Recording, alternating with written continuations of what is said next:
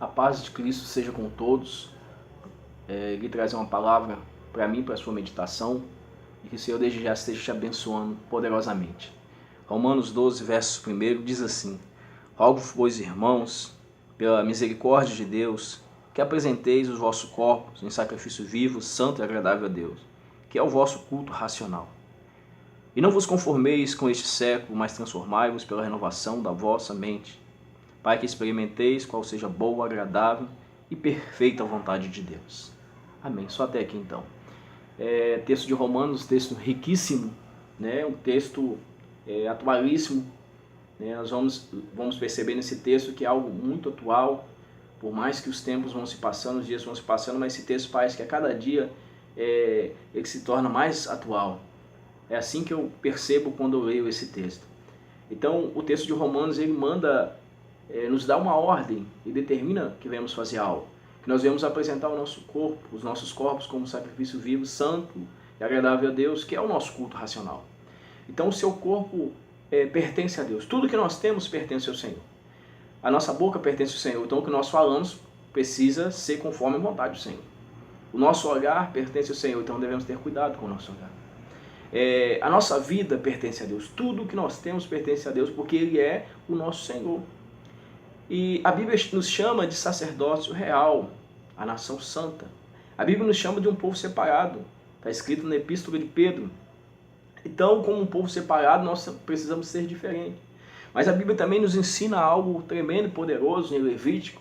E a Bíblia diz o seguinte, que o fogo arderá continuamente sobre o altar e esse fogo não cessará, não se apagará. Esse fogo, muitos entendem que é o mesmo fogo de Pentecostes, mas não é o mesmo fogo de Pentecostes. É bem verdade, quando nós obedecemos, nós crescemos espiritualmente e podemos dizer que nós ficamos avivados. Quando obedecemos o Senhor, nós recebemos tudo aquilo que está reservado para nós. Mas não é exatamente o fogo de Pentecostes, o fogo que está falando em Levítico, mas é o fogo do sacrifício. Quando o sacerdote ia diante do Senhor, ele oferecia o sacrifício, ele oferecia animais, e esses animais eram consumidos pelo fogo. E esse fogo fazia com que subisse o cheiro, e o cheiro chegava diante do Senhor Deus. E nós, como sacerdote, nós precisamos imitar essa prática. Não literalmente como eles faziam, como o sacerdote fazia, porque essa prática já não existe mais.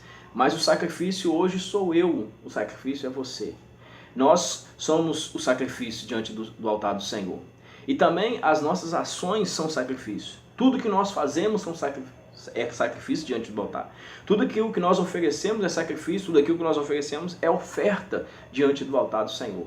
E como sacerdote, uma das principais funções que nós temos é entregar a oferta diante do altar do Senhor.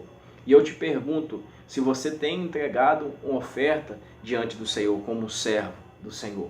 E o que é essa oferta? Tudo aquilo que nós apresentamos a Deus é oferta. Tudo aquilo que nós fazemos diante do altar é oferta. Se eu estou pregando, eu estou ofertando ao Senhor algo. Se eu estou ministrando uma coreografia, eu estou ofertando diante do altar do Senhor. Se eu estou louvando, eu estou ofertando diante do altar do Senhor. Mas o que eu pergunto para você é como que você está trazendo essa oferta diante do altar de Deus? Muitos ofertam e ofertam muito, mas oferta qualquer coisa diante do altar de Deus. Deus não aceita qualquer tipo de oferta.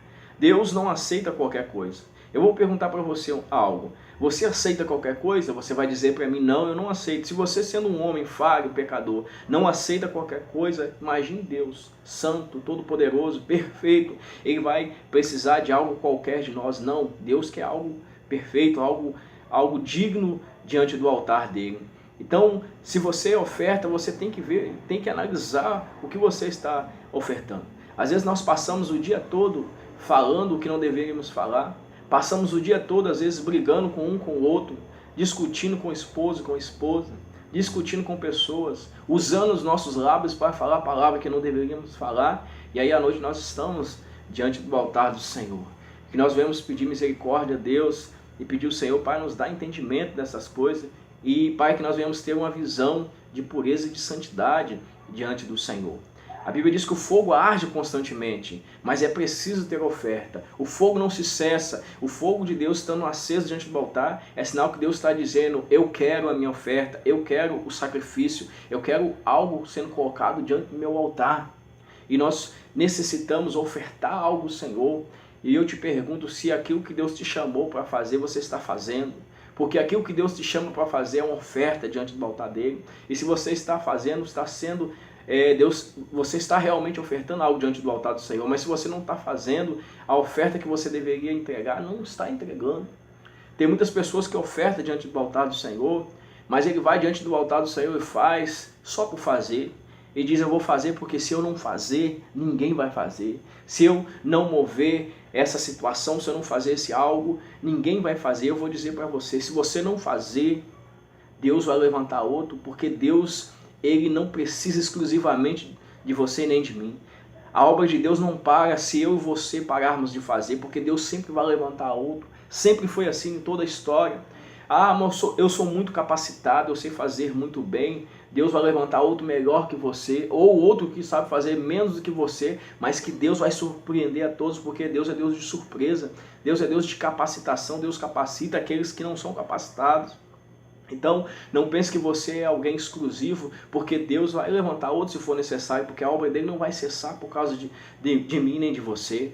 Certa vez Jesus estava pregando, Jesus estava anunciando a sua palavra, e havia uma grande multidão, e também havia muitos religiosos, e a multidão começa a gritar, exaltar, glorificar e bendizer o nome do Senhor.